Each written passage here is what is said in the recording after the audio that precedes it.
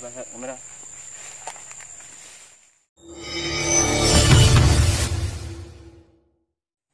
Assalamualaikum warahmatullahi wabarakatuh. Selamat sore sahabat emosional. Sore ini kita mau pasang bubu lagi.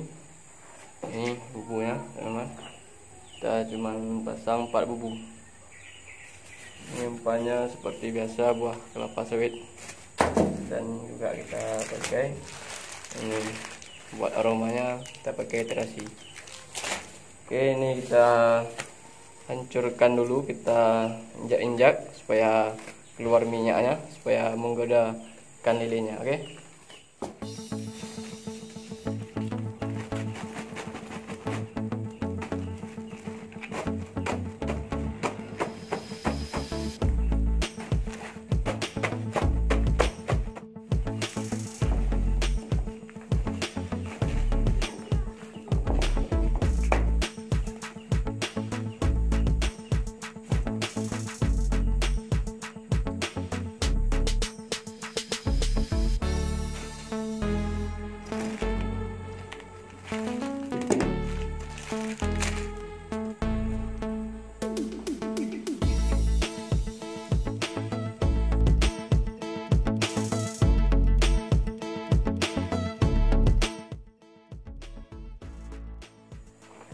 Oke teman-teman, ini bubunya udah siap, udah kita kasih umpan, tinggal kita pasang. Oke, langsung aja kita ke TKP.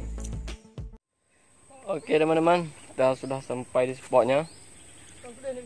Ini rencana kita tuh di bawah sana, tuh di samping kolam mau kita pasang satu. Ini kolam teman saya nih, tapi udah nggak ada lagi ikannya teman-teman. Oke, langsung aja kita turun ke sana.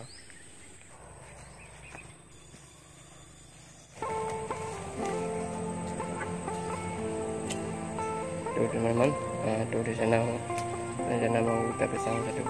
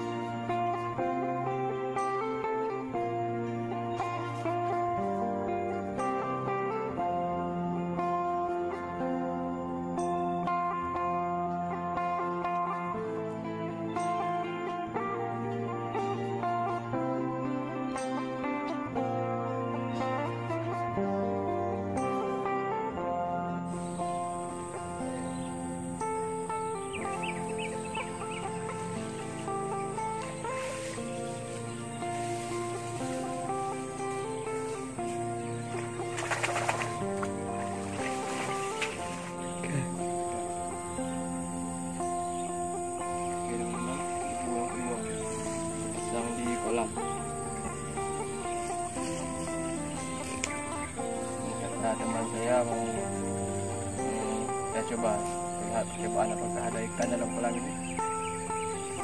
Coba pasang aja, mudah-mudahan ada ikannya.